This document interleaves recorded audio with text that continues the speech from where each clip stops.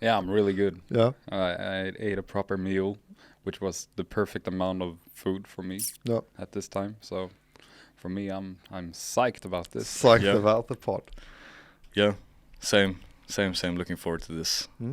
quite a lot. Yeah. Been a bit stressed now. Just a couple past half an hour to get to sit down and start recording because it's kind of getting late. So yeah. Yeah. Do I you feel like- feel any pressure from having 2 really successful episodes in the past? Is this like the third really tough one? Yeah, it's probably gonna be the first tough one because we did so well on the previous ones. How are we gonna? Yeah, how are we? And How are we're we gonna beat top ourselves? that. Yeah. It's impossible. Couldn't be done. But we're gonna try. Yep. It's like every second episode. The first episode was like a funny episode where Mhm. we just were having a laugh, and the second one was more serious, and now we're on the laughing out loud episode again. Yeah. Mm. And the next episode will be more serious. Yeah, Serious. the next episode will be the good one. Maybe that's the pattern. Maybe that's the way it's gonna be from Yeah. now on. Yeah. Every other episode is serious, and every other episode is just jokes and laughs. Yeah. Yeah. Just messing around. Messing around. Yeah. Yeah. What did we say we were gonna talk about today?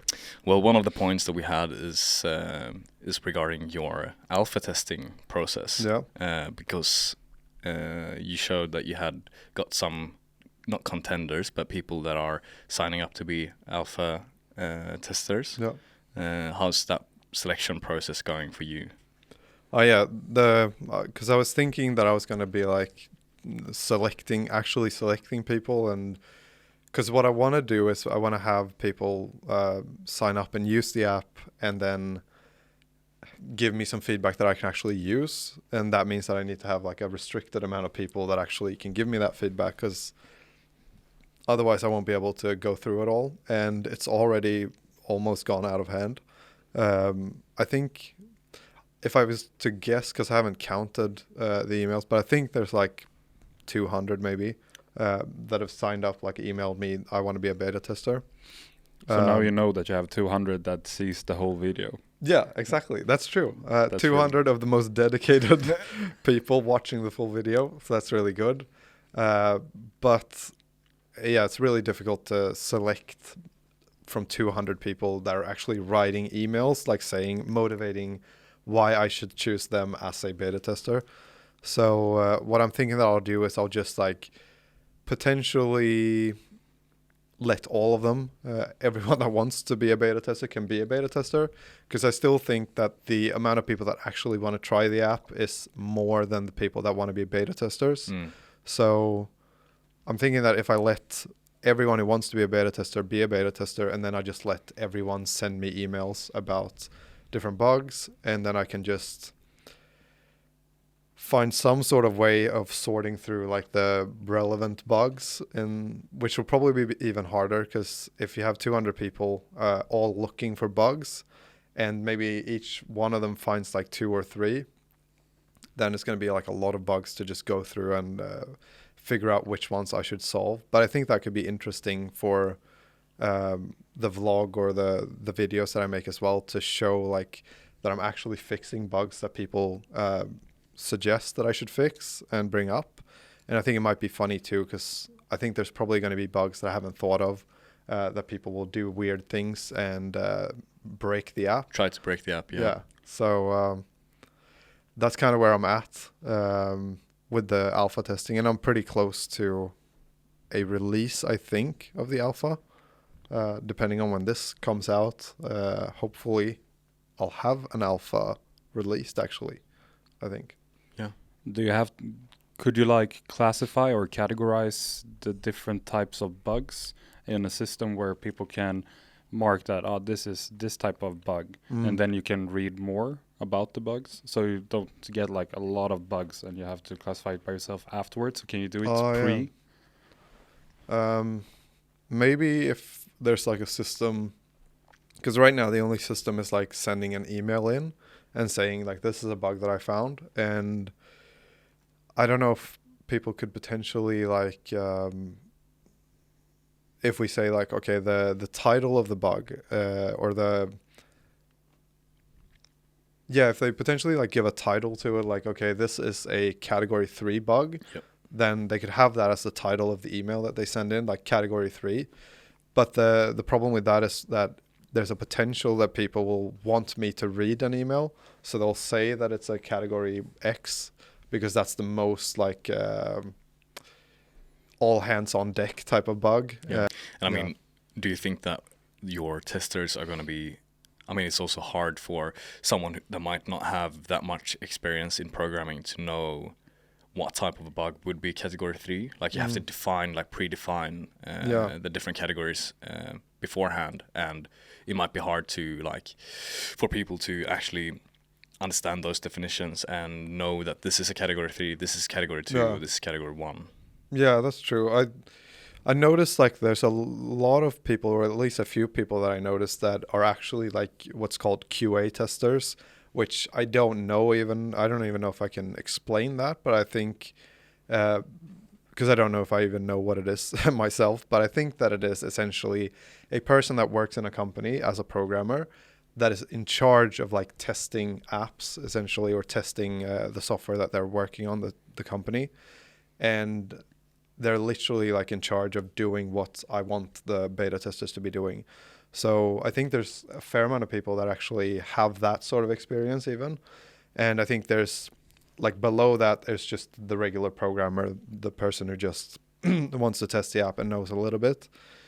I think that there's not too many people that don't know anything about programming that are emailing me about it, but there's probably more than I think there is. So what is an alpha tester or a beta tester? Like, what does that mean for those of the listeners that don't know? Yeah, so this is something that I didn't know until like a couple videos ago, because I asked my audience for like to tell me what it was, because I kept saying like I'm just going to release like a really early version of the app. It's not even going to be a beta version, but it's going to be a super early beta. But apparently that's called an alpha or pre-alpha test. So it's essentially, I think it's like, there was a lot of different steps. So it's more than the ones that I remember, but I think it's like pre-alpha, alpha, beta, and then there's something else that comes along. And then there's the final actually full app release. So, yeah. Do you remember the process? Because when you developed your, I mean, you're not a programmer, but you were in the process of developing an app. Yeah. And you were sitting during these meetings listening to what they were saying. Do you remember how they went, or how they tackled this problem? I think that, well, we didn't have that many people testing it. So if you have 200, that's really good, because then you will like, I think our developer said, and he had a lot of experience that he was like, you can get a lot from like 30 people.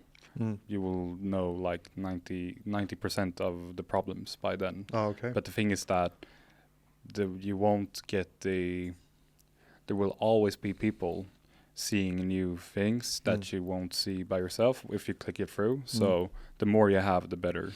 But one way of doing it is that you can categorize alpha and beta as different type of bug testing that you can have. I only want you to look for these things when you do the alpha test or pre-alpha.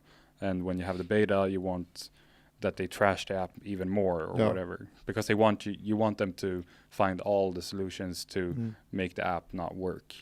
And maybe you can be like, I want you to only focus on the profile side, and the next one is I want you to do it in this this side on the app, basically. So, but I don't remember actually. We released it a bit too early. But that's also because you want to hear, because that's your audience. So you want to hear from them. What are they thinking? And the biggest risk you have there is that if you get too many people in the app too early, they will like not believe in your company, because they're like, this app is not good. So your brand will be affected by it. But if it's like 100 people, that's not a problem, because it's very cheap to buy them back in marketing.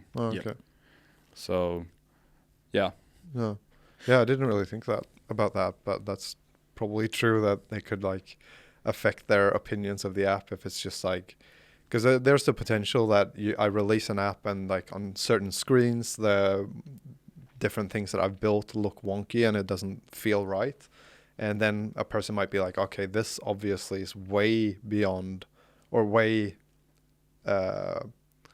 too far away from something that I would actually want to use. Because I think there's a lot of people that probably have emailed me wanting to be beta testers that are not super interested in like using a bad app in that sense, but they just want to try the app because I've built an app and they've seen me building it. But I think that's better though. It's better if they have applied or they have reached out to you to try to test this app. I think they still have like a feeling of that they are a part of a process. But if you do some sort of marketing with an influencer or whatever, and they tell you use this app for exercising, they think when they download the app that it should be working. Would work. That's true. Different expectations. It's different expectations. Yeah.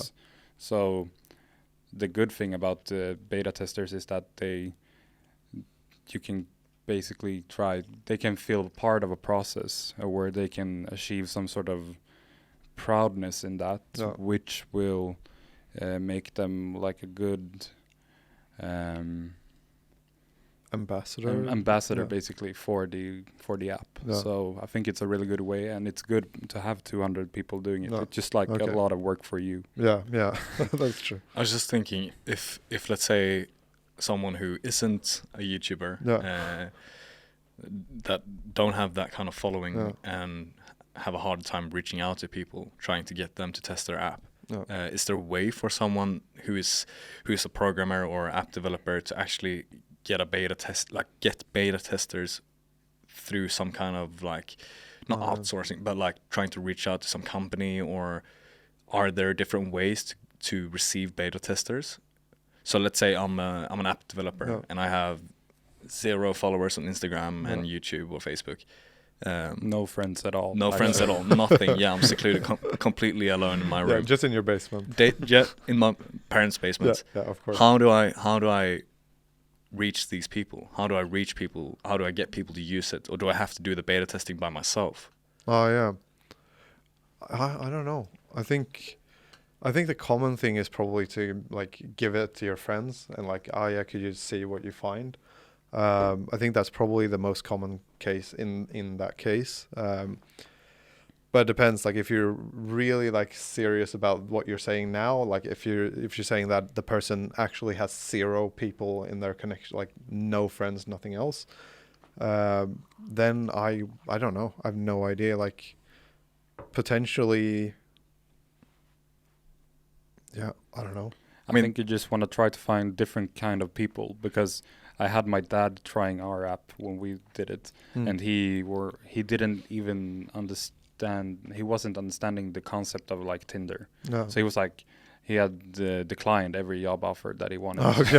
That he wanted to try. So I was like, okay, now I have to go to the database and redo everything. But that was good as well, because there maybe is some people that is not knowing how you do. And then you have to think about that. Should we have some sort of information in the beginning when you download the app, how you do it, like a preset and whatever. And you can have people that know exactly what to do. Yeah. But they will find other things that isn't working. So you want like a broad perspective on the people who are trying, and maybe then prioritize which are the most valuable comments or testing experiences that I want to put an effort to fix. Yeah, I guess like you could potentially, like if you're that person for real and you have no one really that could test your app for you, what you could do is you could like think about, because you probably have a place where that app would be useful, unless it's only useful for you, in which case you don't really need beta testers because you're only building it for yourself. But probably you have some sort of like marketplace for that app, whether it's like the gym for me, or I don't know, the supermarket or restaurants or something like that. And what you could do then is you could go to those places and you can try to look for people that could potentially want to try the app for free, or like as a beta tester. which I guess like the thing is like if we're restricting ourselves to that specific stereotype of a person, then it's going to Typical be programmer. we could talk about things like, okay, is that person going to feel comfortable going up to random people and like asking for this? Probably not. But yeah, because it seems like if you're in that situation, then you're probably not super comfortable going up to randoms. But that's a really good thing though to do. Yeah, that's true. Even if you have some friends, Yeah. if you want to try to get the right experience from the right person, Yeah. you can go to those places. Yeah. And I think that a lot of people feel if they feel needed, they want to do it for you. They will be like, oh yeah, that's really cool. Yeah. I will of course download the app and I can send you some a few comments on it. Yeah. I mean, Exactly. that's very true because, in a way, like your dad, he wasn't in any way looking for any job. He wasn't trying to apply for a job. And maybe if you reach out to people, your friends or family, and they're not really into training, let's say, they might not understand all of these functions. What is intensity? Yeah. What is volume? What do these things mean? Yeah. And what are the accurate values? So what am I supposed to expect from this function? But they can see that, when I click on the login screen, it's not working. Yeah. They can see the hard problems that the app will have right away. Yeah. Adding a new exercise. Yeah. Taking forever. Taking forever. Yeah. Hopefully I've fixed that now, I think. So that's good. But yeah, it's exciting to have beta testers like lined up at least. So it's going to be very interesting. I am super excited to like release it and see what people think of it. Or now, since it's like quite far from what the actual idea is, it's not super interesting to see what people think of it, but just hear like, what have I missed? And are people able to use the app and just see people sign up for it and that sort of stuff is really interesting and something I haven't done a lot. So, yeah. One thing you could do in the future, I mean, now you have 200 people, but once you make it available for public use for everyone, you could actually make a YouTube video. This is just this idea that I had. You can make a YouTube video and you can try to get your followers or your watchers or listeners to comment on the YouTube video. And depending on how many likes the comments get, there might be like, okay, if this one comment says that this thing isn't working and it gets 1,000 likes, you know that a lot of people agree with this person. This is something they have to check out, because now 200 people is going to be quite a lot of information for you to go through. But if you have like 10,000, it's going to be way worse. It's going to be so hard for you to try to find out what are the relevant bugs. So trying to use your like the comment section on a chat, like a video maybe, would be an efficient way to find the most relevant bugs. Yeah, that's really smart, because I think that's a really good kind of fun way to do it as well, to make sure that people feel like they're part of the app and that they can actually affect the app. Because usually when you download an app, you're like, okay, yeah, sure, I don't like this feature, or I feel like there's a bug here or there, but you don't really have a connection with whoever's built the app. So you can't really be like, I'm going to send them an email. You might do that, but then you're going to be like the super dedicated person that actually sends an email to the place. And I think in this way, a lot of more people can be actually involved in like, okay, I think you should add this feature, for instance. That could be something that people will comment in the comment section. And then based on that, I could potentially do that feature, and it could show that I'm actually taking input and in real time kind of implementing that and using it in the app, which is something I think is very interesting too, with this, like the concept of showing the journey and building it out live in front of an audience as well. But I think it's interesting that it feels like every company, you usually have to go through the beta testing. It won't necessarily be an app. It could be like if you create a car or have a new clothes or whatever, you just like have to have that beta version out to see how people react to it. But it feels like that we are not talking about the beta version. When I studied economics, we didn't talk about the beta versions for products, or when I listen to other podcasts or whatever, they don't talk about the beta versions. But I think the beta version is where you can gather so much information on how people use it, but there's no like actual system for it. Yeah. As you said, you Yeah. didn't know it already before how you should do when you had the app on YouTube, and people were like, oh, you can do an alpha test and then a beta test and whatever. Yeah. It's really weird that you haven't heard about it before if Yeah. you're interested in tech and in companies and apps. Yeah. Yeah, that's true. That could also be on me that I'm just very specific that I haven't heard of it. But I think that's true. I think it's a very valuable thing that can be done with beta testing, because you can get that information from those early adopters, the ones that are like the most excited about whatever you're building. And then you can use that feedback to like make sure that the first version of the app that you release, that the MVP is actually a little bit more robust. And I don't know how it works in like the like full on industry where people build apps as like huge companies, but I feel like beta testing is probably something that usually is refined to within a company and not like given out to the public for beta testing. So I think this is... It feels like an in-house kind of thing, because it's probably taking too much resources and time. But maybe they are missing valuable points by giving it to a broader audience, which are not included in the company. And I mean, also, if there's sensitive information, whether that be databases, whatever, like giving out a beta version of your app might be kind of like it might be quite a lot of risk connected to that, like that way of using an app. So I definitely think that in-house beta testing is probably how bigger companies run the show. Yeah, probably. It would be great to like know how they do it, but I think that's the case. And it's also like it's a new industry, so it's something that's like being the path is being laid out right now. It's not something that's been around for that long. I guess software's been around for ages, but it's still something that's quite new. This like the ease for people to just build an app and give beta testers the opportunity to test that app out, compared to like in the old days when it was like a piece of software that someone had to install. They had to get like a disk to their computer and then install it.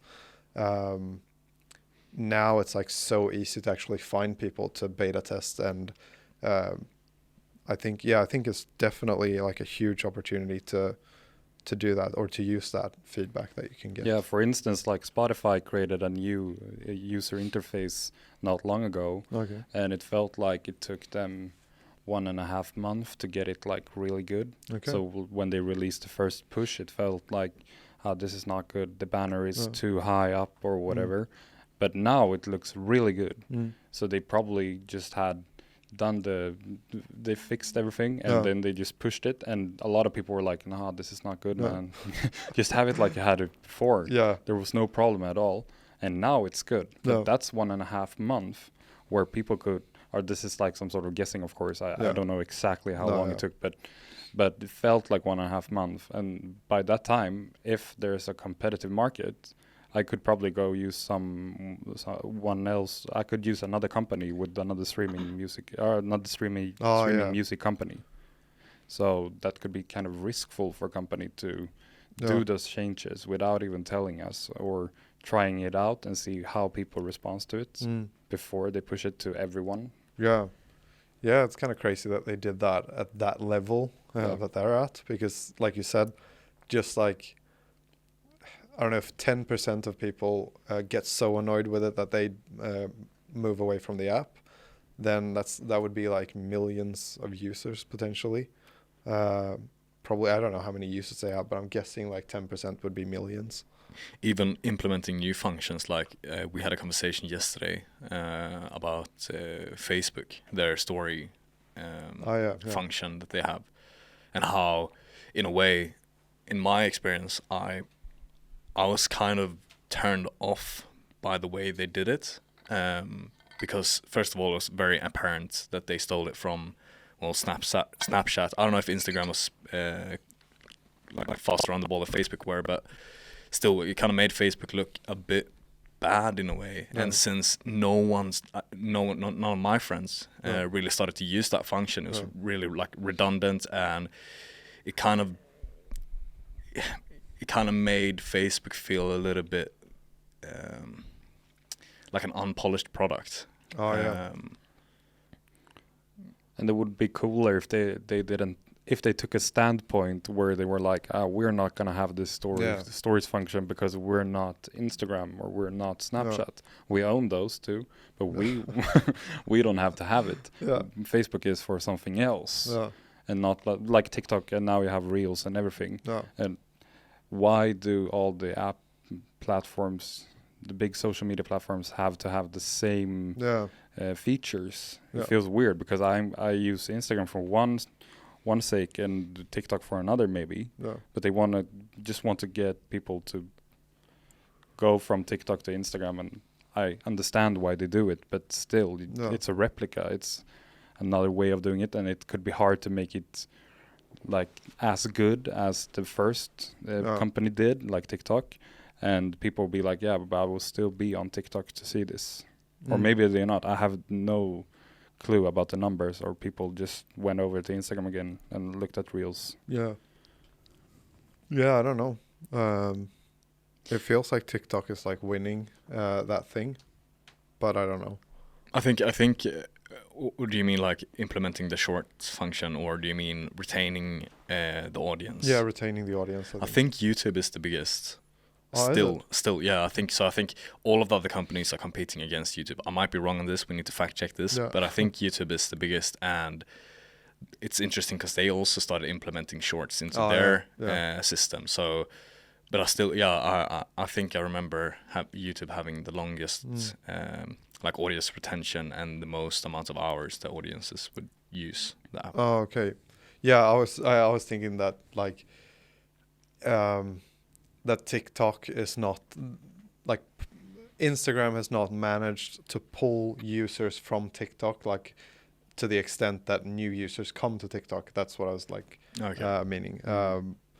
I think that's the case, but I don't know. I have no idea because I haven't looked at it, so it's just like a guess. But it feels like the TikTok is doing really well, and I think that's because Instagram hasn't managed to like pull enough users from TikTok. And I think that the YouTube Shorts thing is something that if YouTube gets the shorts right and they can do it in a way that makes sense and where people start to actually use it a lot more, which I don't feel myself using shorts as much. I feel like I use Reels on Instagram more than I use shorts on YouTube. Or I end up on Reels on Instagram more than I do on YouTube. So that's what kind of it's just basically, my opinion is just based on what I do. But I think that's why I think that Instagram is winning over YouTube, but not winning over TikTok. If that makes sense. Yep. Yeah, but it's also like if you would see it as another company, it would be interesting to, when Instagram creates Reels, they are putting a feature which is a very big part of their whole product that they are selling to us. And if you would like, and they have done it with stories and just adding features basically. And if you see on other companies like Tesla or whatever, the car industry, what kind of features do you add to a product right here, right now? So if you had a car before which were running really good, what's a new feature? A new feature is now you can have a higher speed or higher acceleration, and now you can have another wheels, but it won't necessarily be like tremendous features that will impact the whole experience of the car. And it feels like in the social media apps, they do like really big features a bit too fast sometimes. Just seeing that now TikTok is doing this, we have to come up with a way that we can do exactly the same but in a different way within our product. Or maybe I'm wrong. Maybe it's just like that Tesla came for a couple of years ago. I don't know when they started the company, but 2004. Oh yeah, but they had a lot of beta testing probably. But at the same time, if you look at the car industry now, you have like a lot of big car companies having electric cars. Yeah. So they find a new feature, but it took so long for the bigger crowd to create it. And that's probably because he thought that, or Elon were thinking about that probably in 20 years, or he probably would say like in 2 years, we're not going to drive cars anymore. Yeah. So, and he tried to have that vision where we're not driving cars and we should have some sort of entertainment instead. Yeah.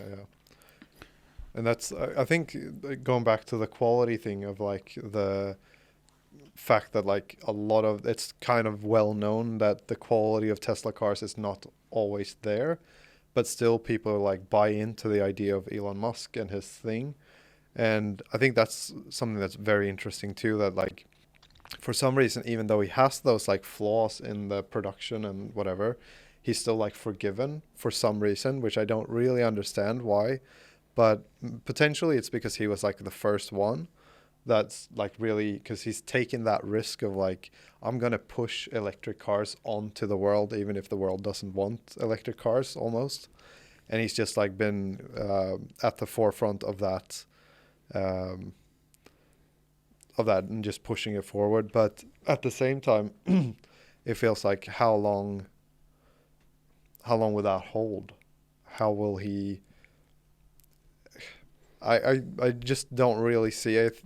It seems like when all these other companies start building electric cars, Economies of scale. Yeah, the economy of scale. Yeah, it feels like it's going to be so hard for him to compete with that, even if he has that buying power, and even if people are like buying into the fact that he will try to get something done, even if he'll go bankrupt, which I think is like one of the main things why he's able to like get people to buy a car before it's even produced, because people know that he'll try to get that car done if it takes him going bankrupt to do it. I think also because he makes the product super exciting. If you look at the Cybertruck, there's nothing that looks like it.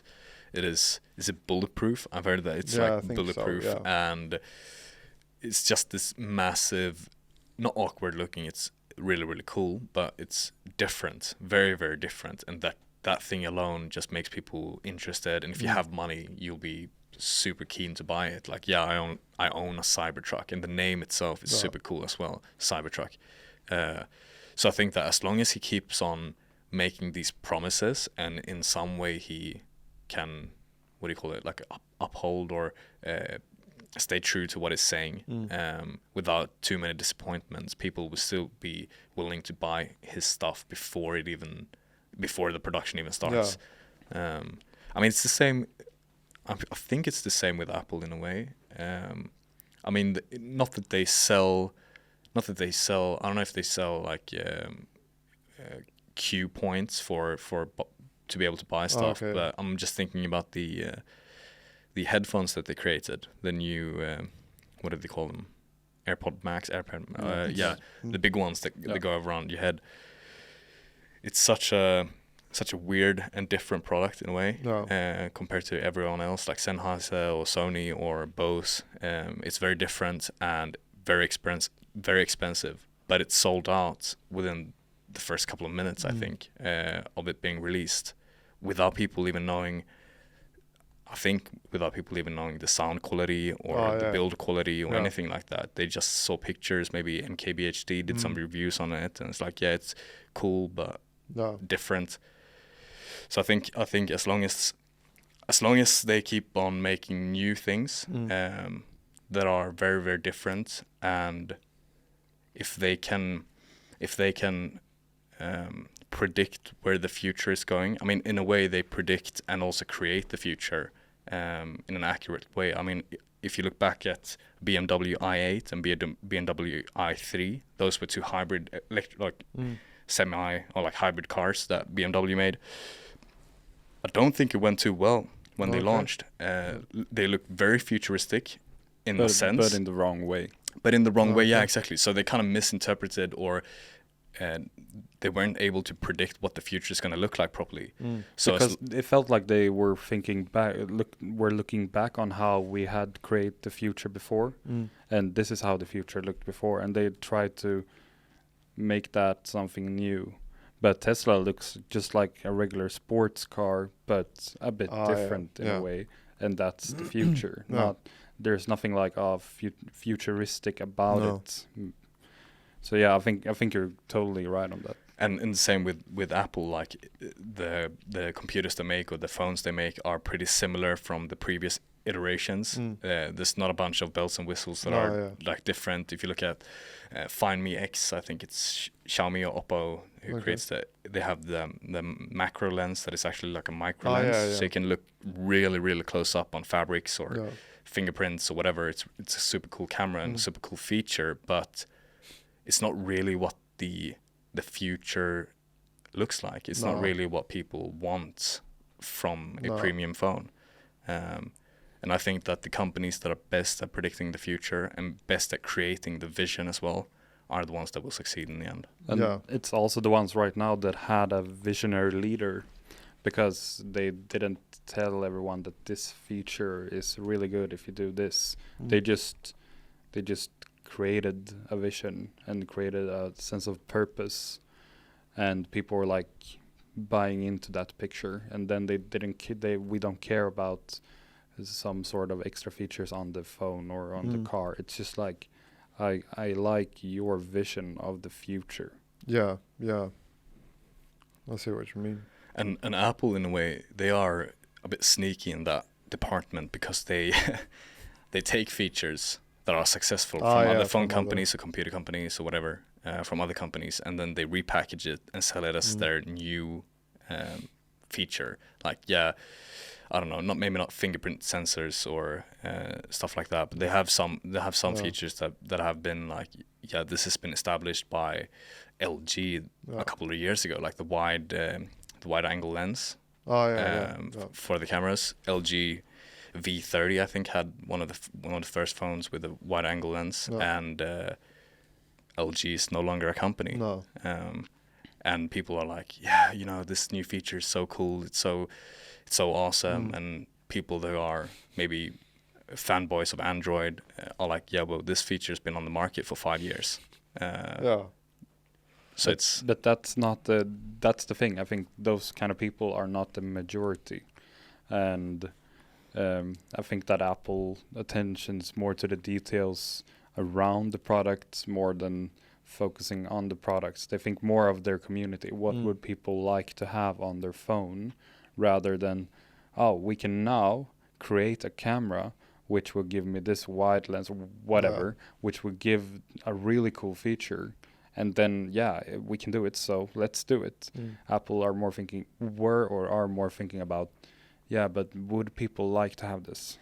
How, like, even if when you get the iPhone home, the packaging is crazy good, where when you open it, it feels like it's a spaceship or whatever. Just like, it's really hard, and I'm like, smoke coming out. And that's like super cool, and you're like so into get this new phone started. But the other ones, you just get a box, you open it, okay, cool, here's that. And that's the thing. I think they put attention to details which the other companies are not. Yeah, you mean like the details that people actually will care about when in the end, or doesn't necessarily have to know that they care about, but they do when they get to know the features. Then they start to care about it. Or even if they maybe not even care about it, they haven't thought about the packaging, but they just like get a good sense of feeling when they open the phone. And they're really good at analyzing and realizing what the consumers, as you say, care about and don't care about, and what we're willing to buy and willing to do. Like, I mean, nowadays you buy a phone and you get the phone. Before, you got the charger, you maybe got a case, you maybe got a pair of headphones, you got all these accessories that from now on and forth, you'll have to buy the charger separately. You'll have to buy the headphones separately, everything separately. And if you want to have a phone with with like longer battery life. You can't get that through Apple, but you can get one of these MagSafes that you attach to the back of the phone. Yeah. So it's like an additional battery pack. It's genius in a way, but it also kind of screws over your customers. But we don't really even pay attention to the fact that we're getting screwed over. Because it's a necessity. We need the headphones now. Yep. For 10 years ago, people didn't use the phone to listen to music, or No, I did, yeah. but like not everyone. No. And maybe it's just like, oh, this is another revenue stream that we can have, Yeah. because people will buy it anyways, and 6 months later they won't even think about that they bought these headphones. Exactly. Mm. And how do they justify it? They package it as if we're doing this from an environmental standpoint. Oh, yeah. We don't want the boxes to be too big, containing all these things. And you're like, well, people, if it's a different fast charging, so there's different speed of charge, Yeah. you want to have the newest Yeah. charger, so you're going to buy it anyways. Yeah. So that argument doesn't really hold up, in my opinion. No. Yeah, I think Apple and Tesla, or like Elon Musk in general, they're really good at predicting the future and knowing what the customers are expecting and what they're okay with compromises they're okay with. Then they also do some sort of beta testing before any other company does it, because they are in front of line. They just, okay, we tried this, and 1 year later all the other cell phone companies did the same. That's the thing. They are bold. They are okay with that. Some people will criticize this, and other people will doesn't care at all. No. And yeah, and they also probably just I think with Steve Jobs and Elon Musk and these visionary leaders, that's the modern way of having a company. Like, even if we look at Donald Trump, that's same kind of character, where people doesn't care about the Republicans, they care about Trump. And people care about Elon Musk, not to compare those two people, but the same thing. It's the character, The strong leader. The strong leader, the visionary person that people are like, yeah, I follow you. I won't follow this company, but I will follow you. And that means that I will use your company's products. Yeah. So they just find a way. And also that maybe a person as a brand have more, you can skip, or you're just like more, you are okay if there's crisis and stuff. Like, you can just redo stuff as a person. A brand could be like totally ruined if something happens. Like, oh, we have a very low salary in our fabrics or whatever to our workers, but a person, if they do something wrong, they can like create a new way of thinking, or just like skip that sort of thing and just like, it's fine.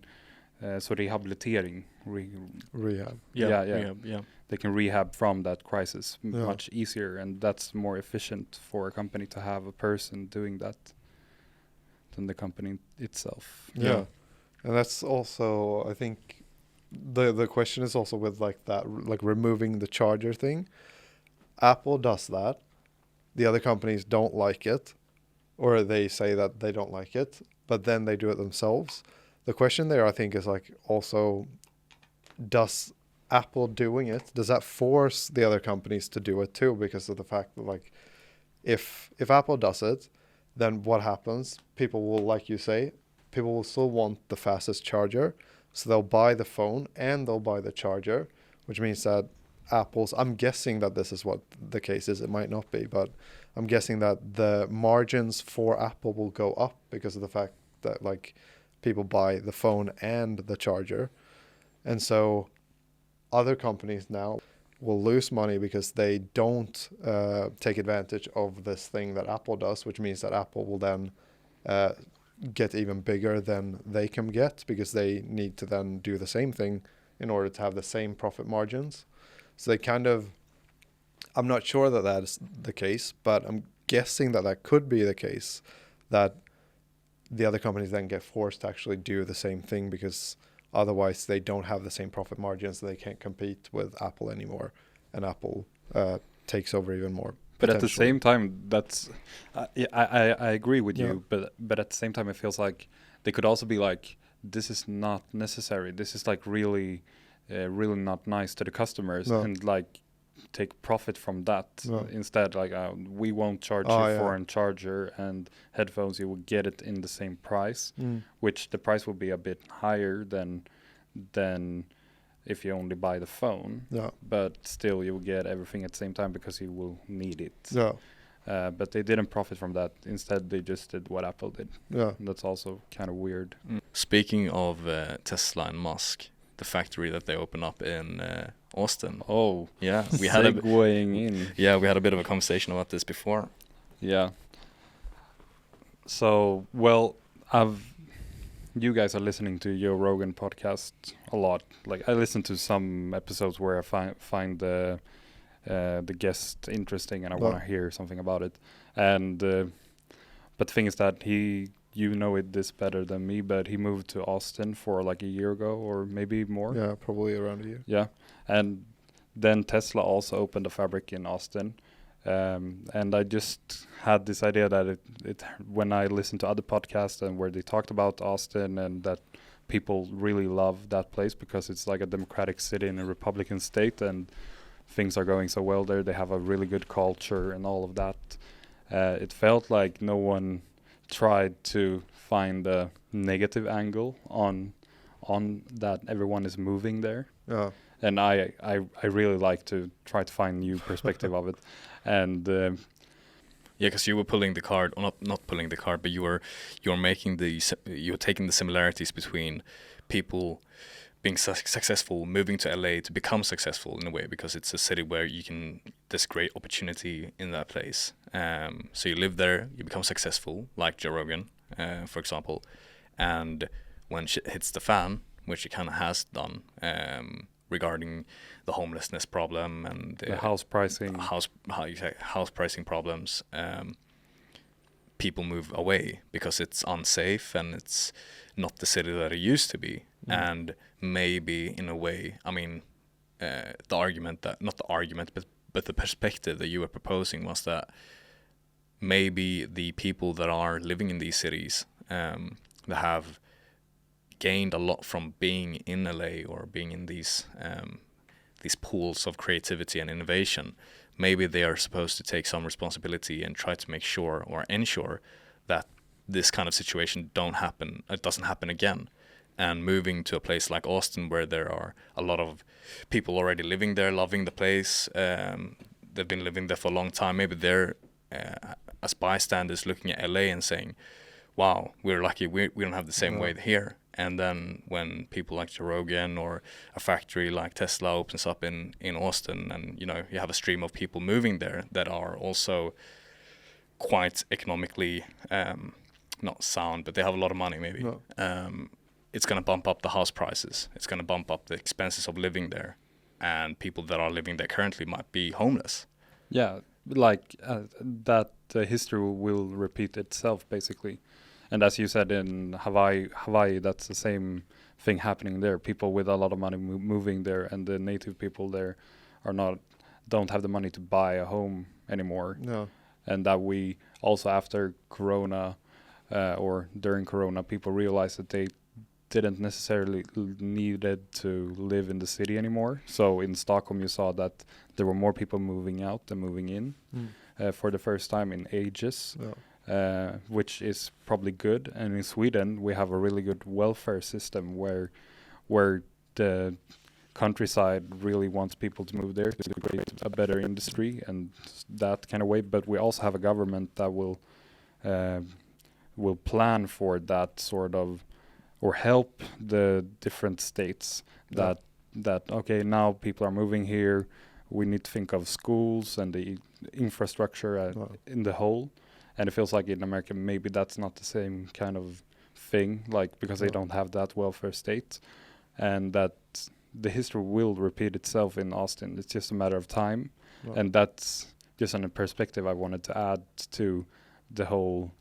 It's really nice that Joe Rogan moved to Austin because Austin is so nice right now, and California is not. It feels like that's pretty weird to see it from that perspective and not. Like, okay, but you earned a lot of money when you got Spotify exclusive or during these 10 years period with the podcast. Why can't you fix fix some sort of the crisis with NGOs and stuff. There's a lot of wealthy people What's in LA, non-governmental organizations, which Okay. usually like focuses on helping people in need. So Okay. there's a lot of people with money in LA. So they Oh. could probably solve a bit of the solutions by maybe doing like social housing or whatever, No. which is pretty cheap to create. Maybe not that you put it up in the middle of the city, No. but you can create new areas in Oh. a city where people actually can afford to live. to aid the expansion and stuff. Yeah. But it's also, and we also discussed this, but it isn't entirely one individual or a couple of individuals' responsibility. I mean, obviously, the different states. We spoke about Seattle, for example, the city of Seattle, and the amount of homelessness that's not apparent, but that is occurring right there. Amount of people that are homeless, and just the fact that other cities and other states make it illegal for people to be homeless or to set up camp or have tents and housing on the streets, which in a way, maybe makes sense, but then you have to find somewhere else for these people to live. And I don't know if I'm not at all knowledgeable when it comes to the laws and stuff, but I think that the laws in California, or in LA at least, or in California, allows for people to be homeless there. And that creates Which a lot is of also nice.